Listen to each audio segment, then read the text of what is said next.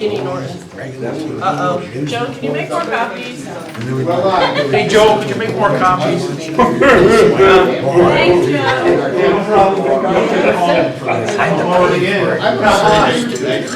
We are live right now. Thank you. 1 minute. Yeah. Hi. I'm good. How are you?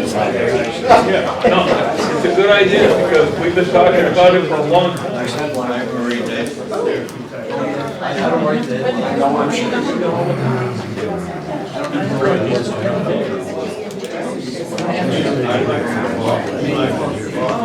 You know what? Our town stuff was not. What do you think? Yeah, he wanted me to hold on.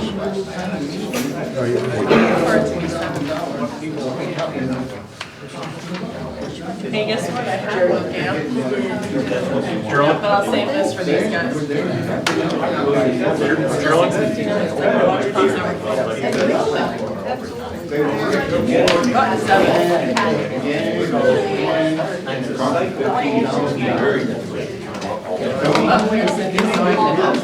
I'm gonna be settled, but I can get going.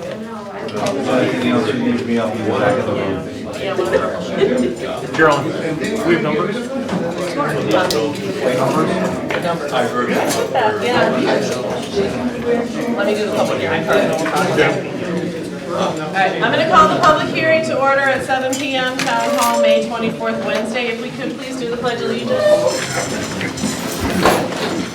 Pledge allegiance. To the flag of the United States of America, and to the republic for which it stands, one nation, under God, indivisible, with liberty and justice for all.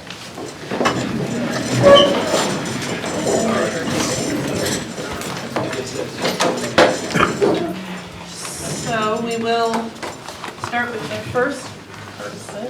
Yeah. Kathy Villagen, 343 Scannick Road. Hi, Kathy Villagen, 343 Scannick Road. I usually don't step up to speak first, but I need to be across town for a Board of Ed meeting that starts in less than a half an hour, so. I'm here just to pose a couple of thoughts at you for your consideration tonight.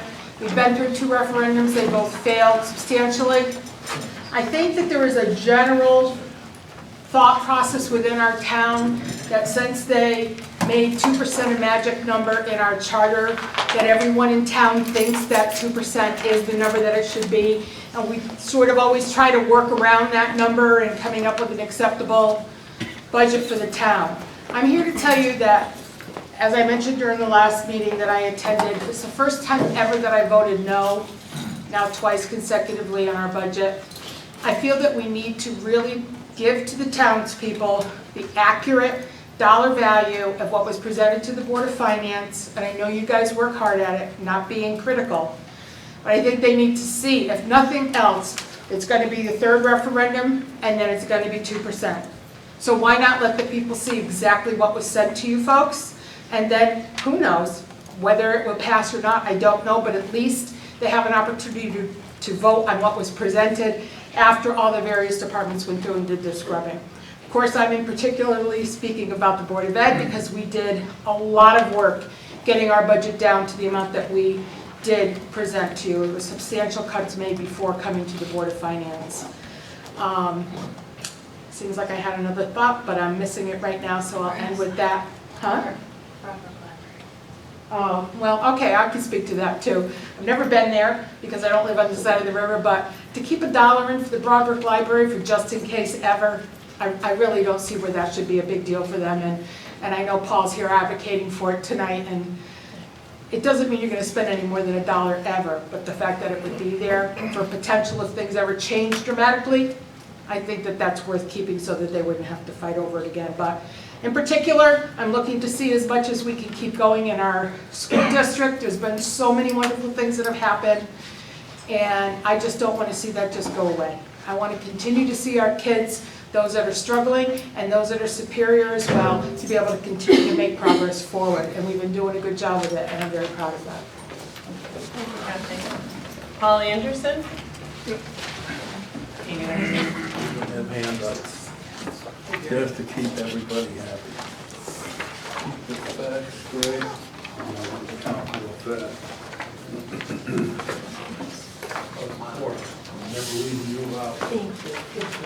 Okay, so here we are. Once again, I'm asking that the Board of Finance reinstitute the line item for the Broadbrook Library in the proposed budget for 2017-18. In the 3/15/2016 proposed budget, libraries were plural and both libraries were listed. In the 2015 on 4/7, the Board of Finance approved budget included 2 libraries. The Plan of Conservation and Development is our 10-year plan for the town. Page 74, which you have a copy, both libraries, not just one in Warehouse Point. As president of the association, I'm unable to vote yes for the budget until this is changed. I think we went through a lot of trouble to put together a plan of development. To ignore its contents is a mistake. Thank you. Thank you. Kate? Can you say your last name, Kate? Yeah, it's Kate Carey Trell, 28A Folkestone Road, and I'm also on the Board of Ed. I also need to leave in a few minutes because we are hearing from some of our outstanding students tonight and doing some other good work on the Board of Ed. And I echo Kathy's words that I think it's really important that people understand what we need. We did a lot of cutting to get to about 4%, and to just see it slashed to less than 2% and to go before the town at that, it's very disappointing. So I would echo her words in that regard. We've been really improving some things in our schools. To have our high school named as one of the top 30, it was a really big thing for us, and we'd like to support these programs that we've been supporting and not have to slash things left and right. Thank you. Thank you. Bill Luce? Luce. Luce. I do that every time. Bill I Lewis, apologize. 44 Melrose Road. I'd like to speak something about the Board of Education budget. Back in the late 70s, we had 1,900 students in our classrooms over here. Now we got 1,100. That's 800 less. At that time, we had 1 superintendent of schools. We never had an assistant. We had 1 principal for each school, not assistants. Now we got assistants. We got too much overhead in our schools on some administrations. We should get rid of 3 assistant principals and assistant to the superintendent. We don't need them. The superintendent of school gets $5,000 to travel. For what? To go back and forth to school? We don't need that either. Take that out of that budget. The second item I got is the police budget. We have an officer that's making over $95,000 now a year. He's going to retire. We're going to put another guy in there for $60,000. So on that budget, we could take $30,000 out of that budget with no problem at all. Also, we're looking for an animal control officer, $40,000. A pistol carrying animal control officer. Right now, the police department takes care of that. There's 4 officers on duty at any one time. 1 in each district plus a sergeant. If we need an animal to be shot, one of those officers shoots him. We don't need a special officer, $40,000 to take care of that. So we should get the police budget, cut that down to, so that's $30,000 plus 40, that's $70,000 out of the police budget. Thank you. Thank you. Marie? Of course. Yeah, couple of things. I'm a little concerned with the lack of the information that has gotten out to the public regarding the budgets. It used to be that at the public hearings, you would have a document that the treasurer and Carol Woodoro's office would put together and would actually put what the budget was, what it would equate to as far as the tax increase on that, what the overall mill rate increase would be, and then they would do a comparison of different property values in town so that residents would know what they could anticipate if the budget was to pass, what they could expect. And I haven't seen that for several years. I think if we go back to that, it's kind of late for this year, but I think if we go back to that next year and we put that information out well in advance and advertise well in advance, I think people will have a better picture of what's happening. Right now, The rumor out there is if you fail the budget 3 times, it's going to go back to last year's budget with a 2% increase. And for the school, that's more money for them. Other departments, that's more money for them. I have a problem with that mentality being sold out there because we know that this year it took $475,000 out of contingency just to balance the budget. If we revert back, to me, that's going to be layoffs. So which one of our people do we want to lay off on town? Our one town clerk, our one first selectman, our one person in town clerk's office, the one assessor? You can't do that. So what's going to happen? We're going to start looking at things that this town has always taken pride in the Park and Rec Department and what they do for the youth of this town. We take pride in our senior center and what our seniors are able to do. And I'm hearing rumors that the senior center has been discussed to stop that. We're not going to do our young children or our elderly in this town any justice if we take away their quality of life. And you're going to take away their quality of life. So shame on us for even considering those things. But I think at some point, if this budget doesn't pass and the state cuts, we're going to have to make some drastic changes and it's going to hurt people that it shouldn't be hurting. So sorry, I know you guys all put a lot of hours in, been there, done that. And I have great respect for all of you up there, but I just think we didn't get the right information out this year to people to make an informed decision. And then when you have a group that's out there that are putting up signs with a different number, and I'm not saying that number's wrong because I believe that number was accurate the way they derived it, but it's confusing to people. They don't know, is it 2.4, is it 2.9, what is it? You can't answer that question when you're at the polls because we can't answer that. So then they get confused and we're losing. So we've got to clarify that in future years because if we don't change that, we might as well just start looking at regionalization, and that would absolutely just destroy me if we had to do that because we're not going to survive the way we're going. That's it. Thank you. And put the dollar back in for the library, especially when we got the 250th anniversary coming up and we're looking at historical property. That certainly is an historical site for the town.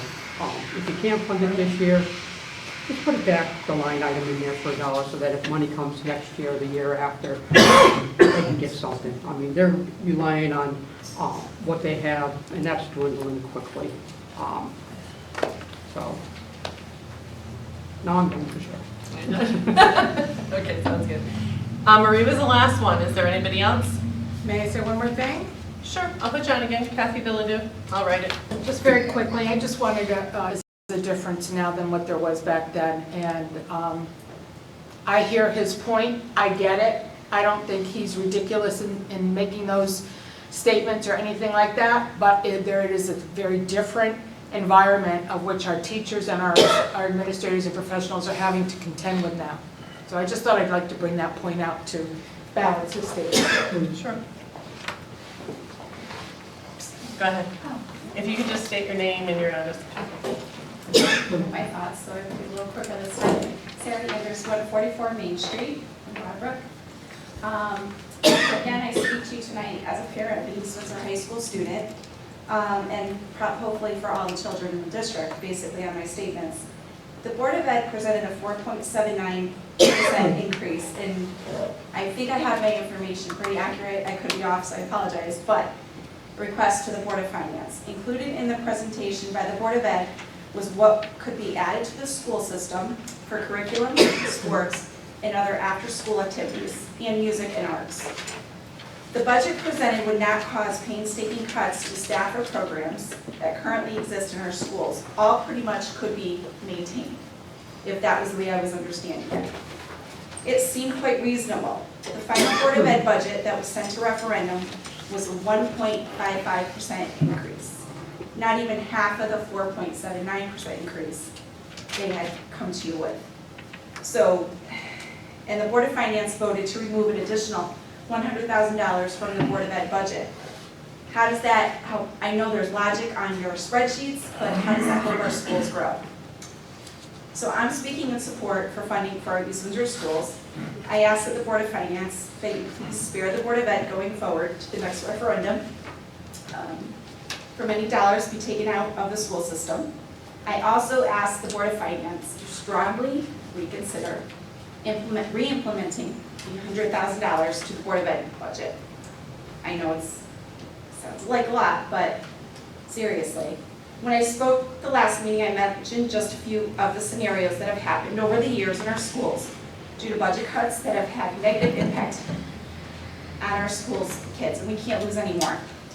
The elementary school and middle school parents could probably tell you what they feel is crucial for their kids to get an education at Broadbrook and East Windsor Middle School.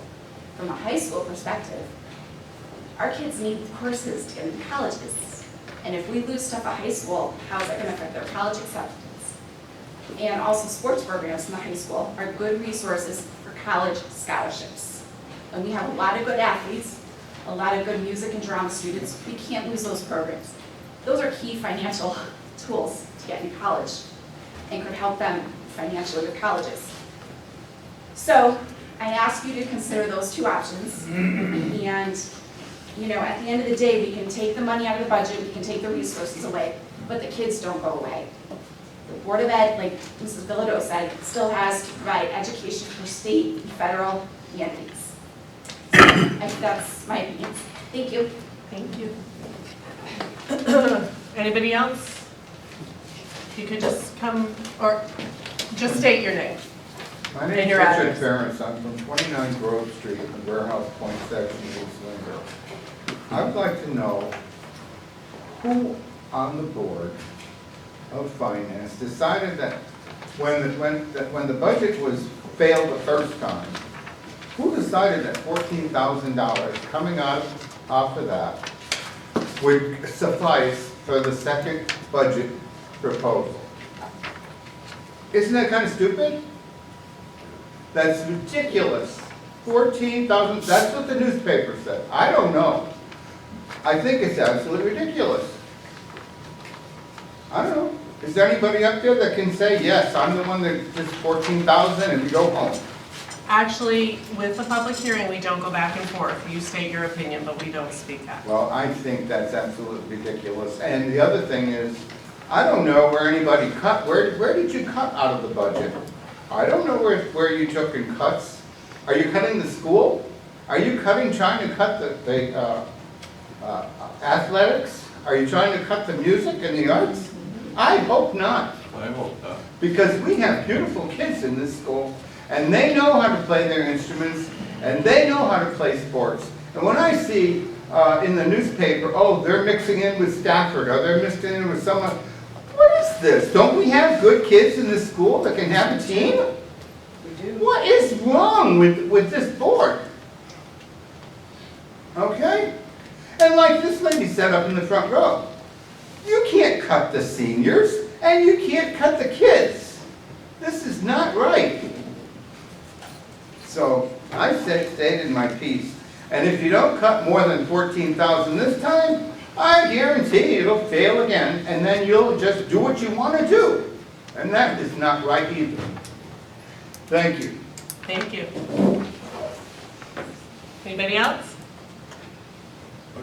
Going once, going twice? One more comment. Sure, I'll add you again. Go ahead.